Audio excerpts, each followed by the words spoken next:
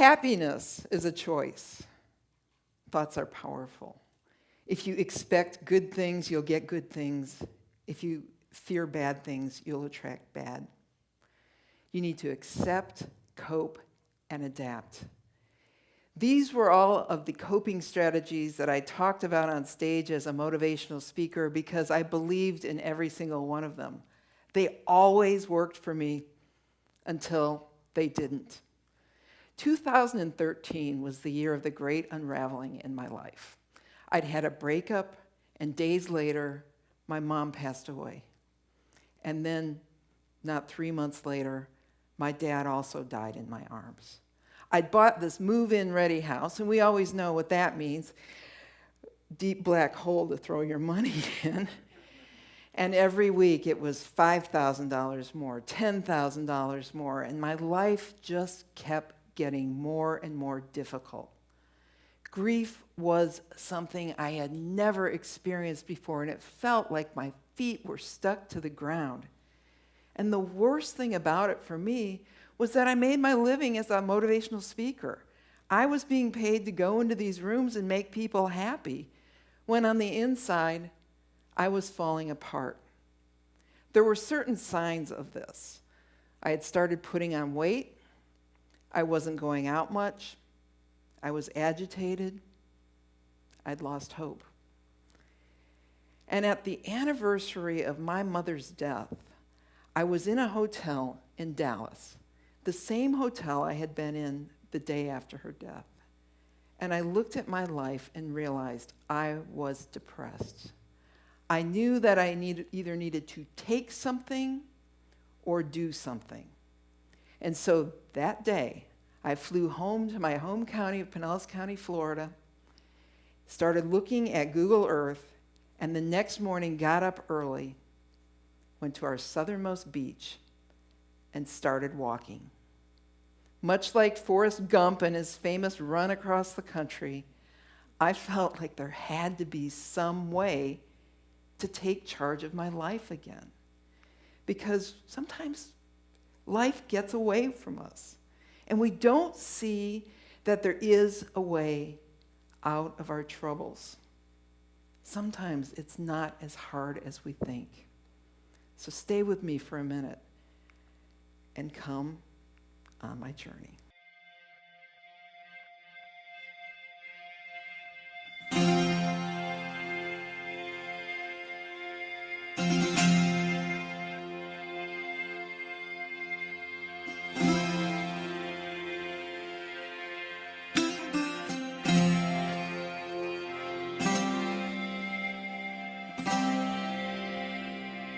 This is the beginning of my big adventure. It's been raining all day. The clouds are beautiful. For now, there is no rain, so let's see what happens.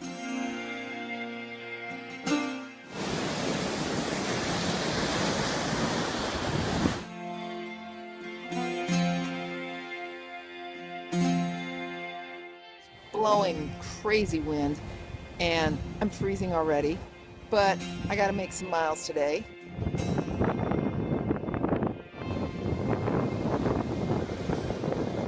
That walk kicked my butt. It was just nonstop wind. It was horrible, but yet awesome. The wind is back.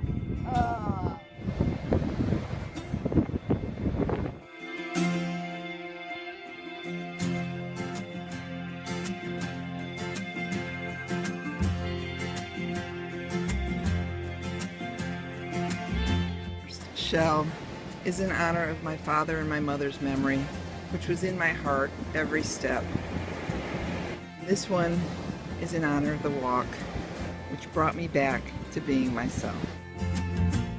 I'm happy that I'm the only person on it at this point. It's just such a blessing. It's a gift. I feel like it's just for me. Great day.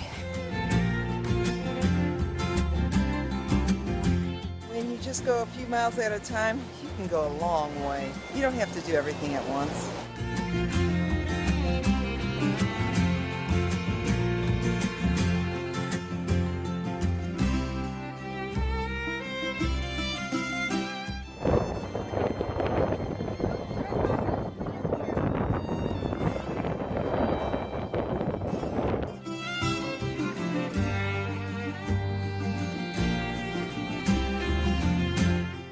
I'm here where I was 8 days ago when I started. I feel good. I feel solid. I feel like I learned something really important about how much power we have over what holds us down. Because sometimes all it takes is a big change to make a big difference. So when I think about what I was thinking when I was out there, I wasn't thinking about anything. I was just living.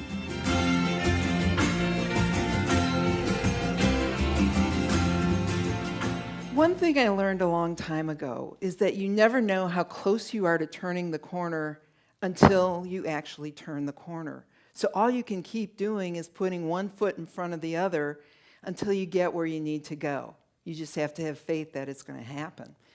And when I did this thing, I had never heard of anyone doing it. I doubt anybody's ever done it before because logistically the county is so weird. It would take an hour to get to one end, and then every day I'd walk to my bike and bike to my car, and it was all of this. But something happened when I woke up on the 4th day of the walk, and it was hope and joy. And I remember thinking, where am I going today? How far will I go? And then every day I was getting stronger and stronger until the very last day when I finished. And I thought to myself, I wonder how long this will last. And you know what? It lasted. I was fine. I was back in my own skin. So the big idea here is we have an immense potential to reset ourselves if we just make up our minds to do something. We have that power. And as you make up your mind, you don't have to do it my way. Feel free to come down to St. Pete and start walking. But you can go and raft the Grand Canyon, or spend a week gardening, or sing for a week and dance, or go to jazz clubs. Whatever it is that trips your breakers, figure it out and plan yourself a reset. I know someone who wants to take a motorcycle on Route 66 for a reset. That's not my choice of what I would do. Do what you would do. And you create a challenge, a moment in your life, something significant, so that you know you are literally resetting. A reset is not a do-over, it's a start-over. We do that all the time, first of the year, right? But we can do it on a Monday, on a Wednesday, at 1 o'clock. You can do it on the beach, in a teepee, at a revival tent, wherever you want. Do something that will give you meaning and a break by making time for it and making it grand. Because what you're looking for isn't magic answers, it's clarity. It's space in your brain. I always love these pictures because I interviewed Catherine Switzer for one of my books, and she's the first woman to officially run the Boston Marathon. And after she did that, she started going all over the world teaching people about fitness because she had an easy way to do it. And I said, yeah, but what do you tell somebody who has 100 pounds to lose? And she said, put on your shoes. Put on your shoes. It's so simple. What it means is just take the first step. And it doesn't mean that you're going to have to do this just to get out of grief. It could be that you need a reset to deal with the malaise of a job you don't like, or a relationship that you're not into it, or recovering from somebody doing something that hurt you. Just take the first step to end it, and then get moving. Solitude is where the answers are, and you have to find the place that will give your brain the space to experience that solitude. For me, I think fresh air is the biggest antidote there possibly is. I love the outdoors. When you see big sky and fresh air, it gives you just time to just be. I think I had an advantage on my walk because I have famously bad feet, and my feet hurt so much I couldn't think about anything except getting where I was going. But just keep moving along your journey and the answers will come to you. And have perspective, because we get so tied up in whatever it is that's pulling us down that we often forget what is real and what really matters in the world. This is a picture of the marsh at Cumberland Island National Seashore in South Georgia. And I used to go there all the time when I was younger because I was a reporter and that was my favorite beach. And I'd go back Sunday night after camping, and the ranger one time was on the ferry with me, and we're watching the sun go down. And I said, well, back to the real world. And I will never forget him looking at me and going, this is the real world. Don't forget that the real world is what matters to you, and don't lose perspective. Always ground yourself in what matters. This actually was on Cumberland Island last year. I went camping by myself, and I didn't time it right, so the pleasant weekend that I thought I was going to have was actually smoking hot. It was bad. And I'm there by myself, and I have my chair, and I forgot to bring myself a book. So I'm sitting there sweating, and I'm thinking, I need some Gatorade. I'm going to get some Gatorade in 15 minutes because it was too hot to move. And then 15 minutes would come. I really need that Gatorade, but I'll do it in 10 minutes. And then I'd get the Gatorade, and I'd be like, I should just take a shower. I would feel so much better if I took a shower. And then all of this time was consumed by me just thinking of nothing. I had nothing to distract me, no internet, no phone, couldn't even be looking at news apps or TMZ online. I am sitting in this chair just sitting, thinking of nothing. And then when I got to the ferry to leave, and I felt myself start to cool down, something amazing happened. All of the problems I had thought I was going there to think about and solve, and I hadn't thought about once, were suddenly answered. The answers came when I cleared out my brain enough for the clarity to come. So I encourage you to do this, to take the moment and the opportunity to reset, because life is short and it is unpredictable. And I want you to know about two people that taught me this especially. One being this woman, Brenda Barnes, who was the first woman CEO of Notice. And she was the CEO of PepsiCo North America. And that, as you can imagine, was quite a grind. And at some point, she said, I've had enough of this. I want a time out because I want time with my children. And she was skewered in the media because she took this break for work-life balance. And wasn't she supposed to be this hard-charging CEO? And she says, I never wanted to be the poster child for work-life balance. I just wanted time with my kids. That was her reset. When she spent 7 years with the kids and they got to that point where they stopped needing to hang around with their mom, she went back to work, became the CEO of Sara Lee Corporation. Now I say Sara Lee, I know you're thinking about, sounds like it would be good to have some pound cake or cheesecake about now. But Sara Lee was actually a huge holding company with everything from Hanes and Playtex and Hillshire brands and meats and coffees. And this company, when she inherited it, needed to be pared down by 40% or it was going to die. And she announced that, and the board was right behind her, but the stock plummeted. So there was huge pressure on her. One night, when she got off the bench press, when she was working out, she collapsed and had a brain bleed and was never able to go back to work again.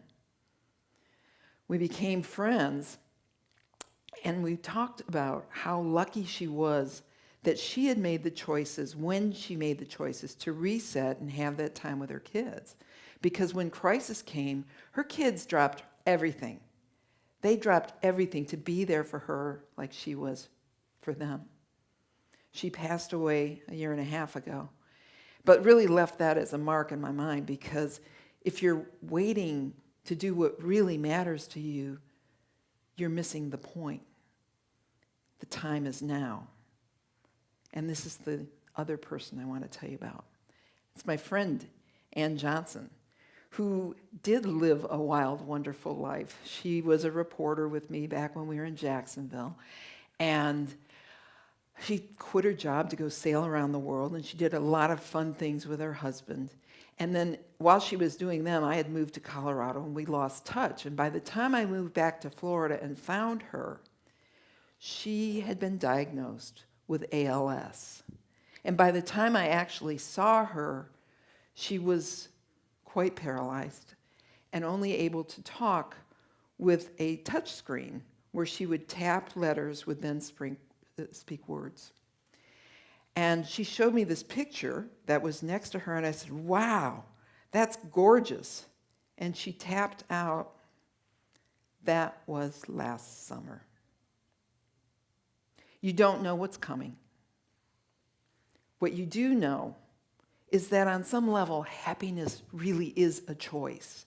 And if you're not feeling it, if you're not living it, take the steps you need to take in order to reset and reboot.